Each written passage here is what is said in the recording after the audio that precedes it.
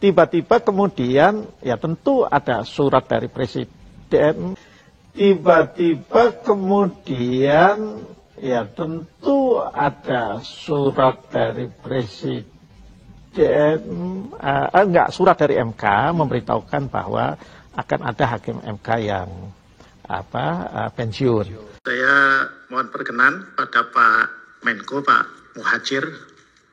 Ini saya agak grogi ini kalau ngadepi Pak Muhadjir ini, karena tenang menghanyutkan. Karena prasangkanya suudonya ini dikaitkan dengan pemilu 2024.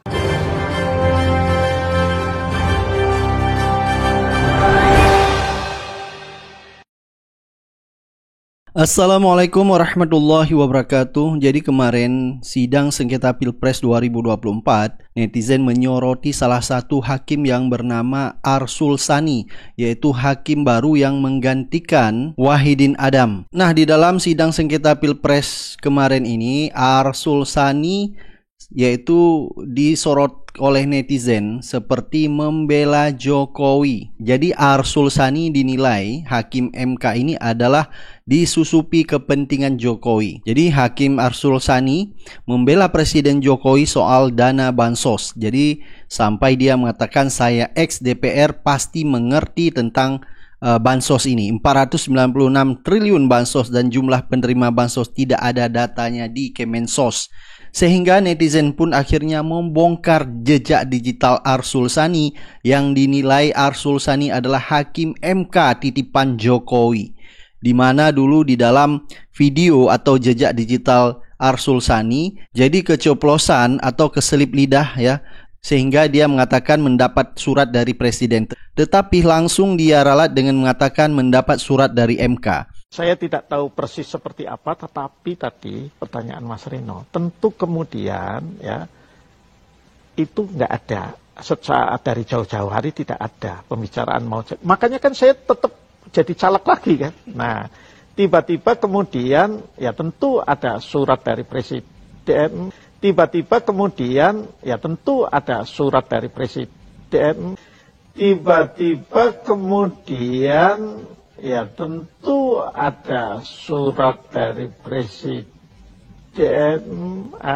surat dari MK memberitahukan bahwa akan ada hakim MK yang pensiun. Dan itu memang MK 6 bulan sebelumnya harus memberitahukan kepada DPR, karena ini hakim MK dari DPR ya. Nah, tentu mulailah kemudian ada dorongan-dorongan. Kayaknya Pak Arsul cocok juga kalau di MK, begitu ya. Siapa yang pertama kali mendorong Pak Arsul? Ya tentu teman-teman di DPR ini, di Komisi 3, kemudian saya sempat juga bertugas di Komisi 2, teman-teman Komisi 2 juga bilang, Pak Arsul memang cocok deh. Nah, tadi kita sudah melihat ya video Arsul Sani, dia mengatakan, saya mendapat surat dari presiden, setelah itu langsung dia ralat dengan mengatakan bahwa saya mendapat surat dari Mahkamah Konstitusi. Nah, dengan apa yang dia sampaikan itu, ini telah membuktikan memang Arsul Sani adalah pengganti dari Paman Usman atau the next Paman Usman selanjutnya. Artinya Arsul Sani adalah kepentingan daripada Jokowi atau bisa dibilang titipan hakim MK dari Jokowi. Integritas Arsul Sani ini patut dipertanyakan. Jadi bisa-bisa dia menolak ya, yaitu petitum yang diajukan oleh paslon 01 maupun paslon 03, yaitu menolak atau mendiskualifikasikan Gibran sebagai cawapres dari paslon 02 dan juga meminta pemungutan suara ulang. Jadi kemungkinan Arsul Sani ini menolak atas petitum yang diajukan oleh dua paslon tersebut. Baik, coba kita lihat video sidang sengketa Pilpres 2024. Arsul Sani sempat berbicara tentang masalah dana bansos.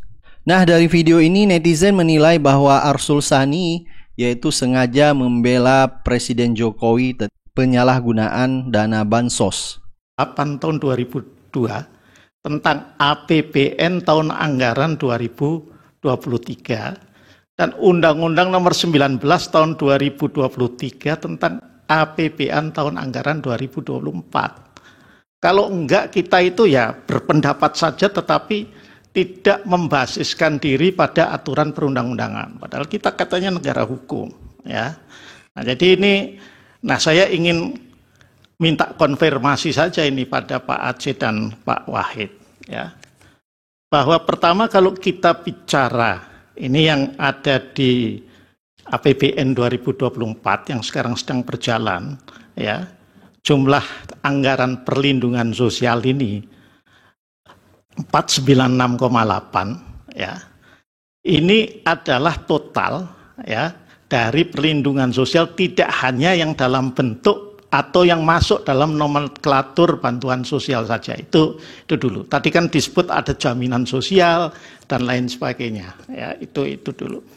Nah, yang kedua, ini tidak ditangani hanya atau dialokasikan hanya untuk Kementerian Sosial saja, tetapi untuk seluruh kementerian dan lembaga, termasuk untuk penanggulangan bencana, ya, yang berdasarkan Perpres tadi itu memang kemudian dikasih alokasi anggaran. Saya ingin minta konfirmasi itu, ya.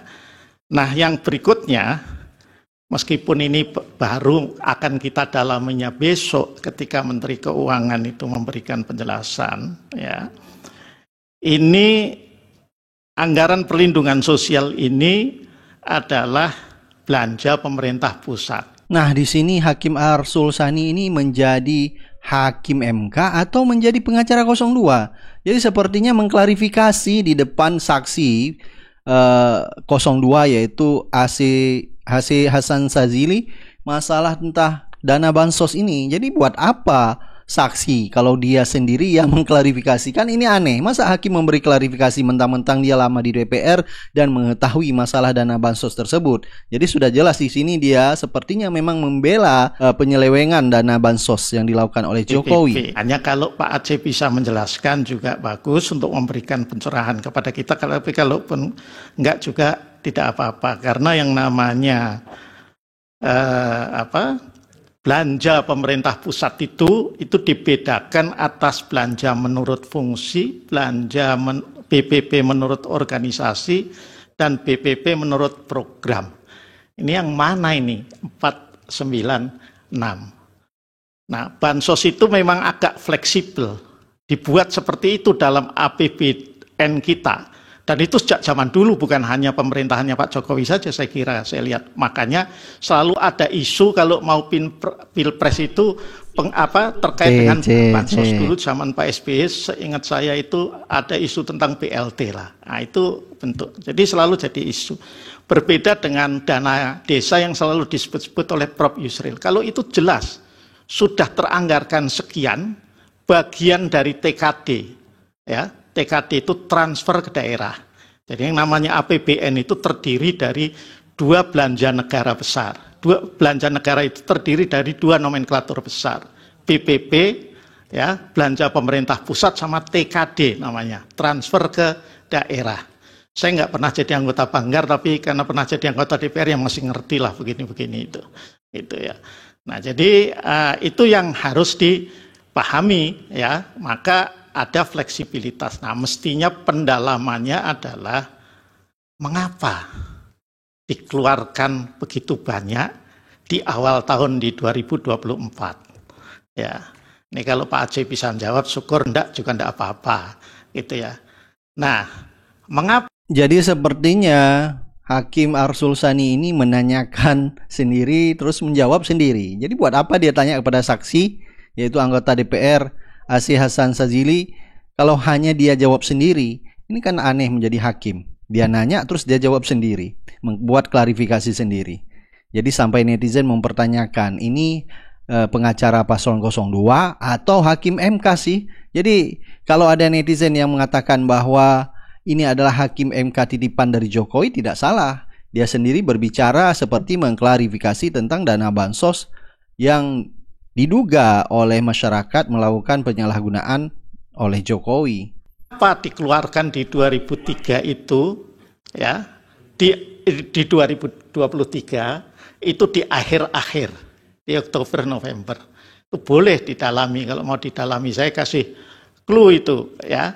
Kenapa? Karena memang kalau sudah November Desember harus dihabiskan, kalau enggak akan jadi silpa nanti, jadi sal. Akan seperti itu. Ya. Jadi itu saja barangkali sedikit yang mungkin Pak Aceh bisa menambahkan pencerahannya atau Pak Wahid. Terima kasih. Terima kasih. Ini dari bekas anggota DPR ke anggota DPR. Dia tanya sendiri, dia jawab sendiri, dia klarifikasi sendiri.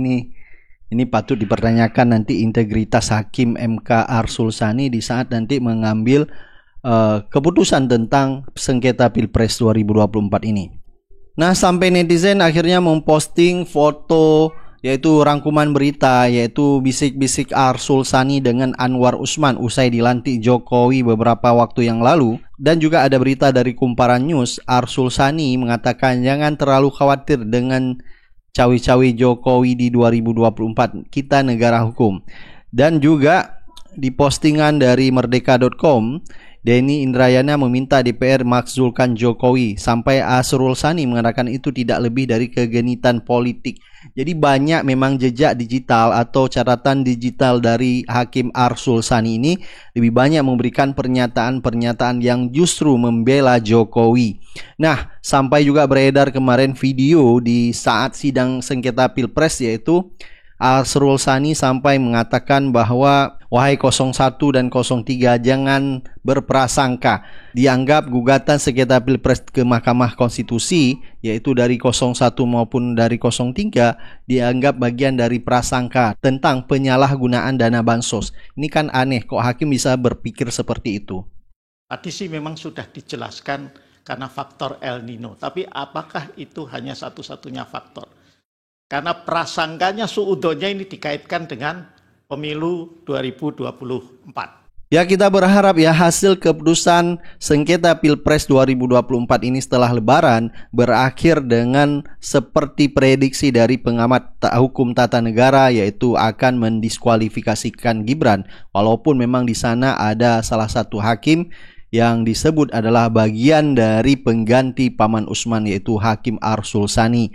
Dan kita berharap ya Ketua Mahkamah Konstitusi seperti Soehartoyo tetap konsisten, tetap teguh dengan keyakinannya, yaitu untuk memulihkan citra Mahkamah Konstitusi seperti semula. Karena sebelumnya kita tahu dengan keputusan MK nomor 90 tentang usia cawapres sudah mencorengkan nama MK Mahkamah Konstitusi, sehingga banyak masyarakat sudah antipati dan tidak percaya lagi terhadap Mahkamah Konstitusi.